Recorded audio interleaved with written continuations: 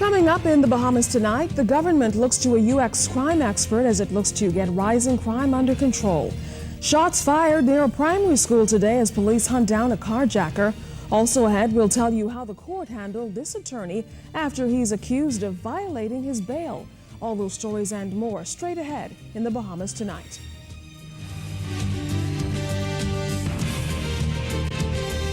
Covering the islands of the Bahamas, ZNS Network presents The Bahamas Tonight.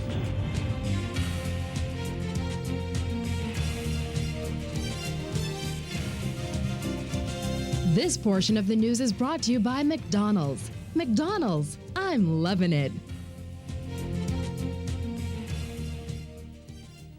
Good evening and welcome to the Bahamas Tonight, the National Report. I'm Keishla Adderley. Thanks for joining us. Topping the news tonight, Prime Minister Hubert Ingraham and National Security Minister Tommy Turnquest leading discussions centered around beating the country's crime problem with one of America's most respected criminal experts. Late this afternoon, William Bratton told the media that notwithstanding the praiseworthy efforts of police, it'll take optimism, creativity, and leadership to get a handle on crime. Shenique Miller has more. This year's murder trend shows that if unchecked, the 2012 murder rate will exceed last year's record-breaking count. With discussions going back and forth over the solution and who's to blame, one question arises: are the strategies of the Royal Bahamas Police Force effective?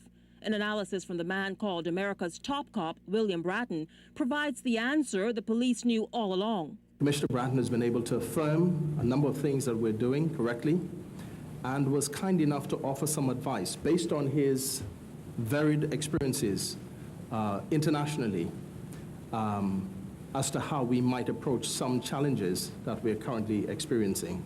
Commissioner Ellison Greenslade says Bratton is no stranger to the police force. The relationship goes back many years. In fact, it's his ComStat system that the police now uses. Greenslade says he shared the 2012 policing plan with the crime fighter, credited with causing the incidence of serious crime and murder to drop in Los Angeles, New York, and Washington. And the feedback is encouraging. The beauty of this is to be able to hold hands with expertise like this that's been tried, tested, proven, which extends your reach further in a local setting. Bratton now operates an international consultancy firm. In 2011, the British government invited him to assist with that country's crime problems. And of the Bahamas, Bratton says something can be done. To deal with the issue of crime and public safety requires, first and foremost, political leadership that's committed to dealing with it, and secondly, police leadership and organization that is capable of being creative in dealing with it. And some of the creativity I saw here was that a major reason for the success in both New York and Los Angeles was the ComStat system that we developed there. That was the police management accountability system that I was very pleased to see in this building upstairs. There is a ComStat room that's every bit as sophisticated as those that we used in Los Angeles and New York for the tracking of crime in real time and for ensuring that the police managers are aware of where it's happening and are prepared to discuss what they're doing about it. Today, Prime Minister Ingraham and his cabinet spent considerable time in dialogue with the former police chief before they all joined the force's executive team. We were fortunate to be able to access his availability today and we have found very useful many of the comments which he's made, and we'll put some of those into effect. The Ingraham administration didn't seek Bratton out. In fact, he was invited to the Bahamas by a private citizen. But all stakeholders are happy for the opportunity to sit with one of the world's top minds in crime fighting.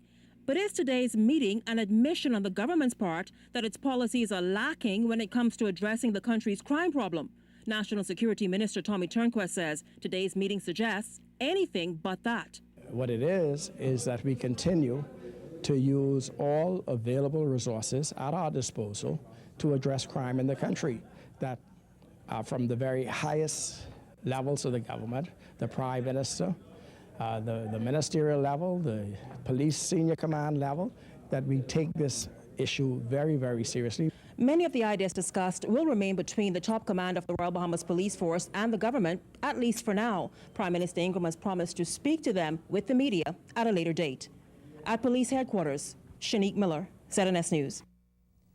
Police came close to arresting a carjacker today. They tell us the suspect targeted a parent who was visiting her child at Temple Christian Schools on 4th Terrace, Centerville this afternoon before police got involved, firing at the suspect. We spoke to Inspector Philip Rolle about the incident.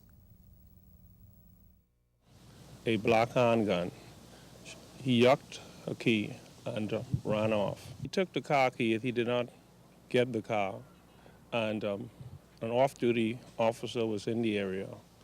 He responded, and the chap ran away. A shot was fired. The officer fired a shot. He ran behind the suspect. The suspect turned with his dropped his firearm. The officer returned 2 shots. Well, police continuing to investigate that.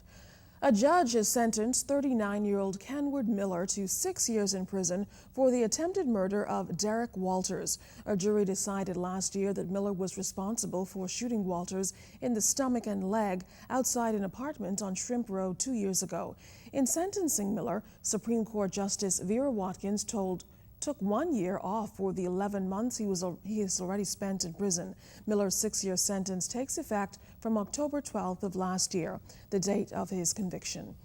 Attorney Murillo DeSille appeared on his behalf. The court has allowed disbarred attorney Ralph Jan Ward to remain on bail after he was hauled before the courts today to explain why he violated his bail arrangement. The 54-year-old is awaiting trial on the charge of breaching his client's trust and stealing over $1 million. During today's proceedings, before Supreme Court Justice Vera Watkins, prosecutors asked for Ward's $250,000 bail to be revoked because he hasn't been signing in regularly at the Paradise Island police station as ordered by the court. But Ward's attorney Murillo DeSille indicated that a medical condition prevented Ward from signing in on certain occasions. He also noted that the former lawyer always shows up for his court appearances.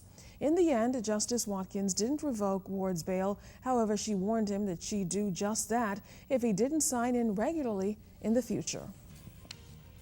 Well, still to come in the Bahamas tonight, an update on the transition from the old straw market to the new Pompey Park. Stay tuned.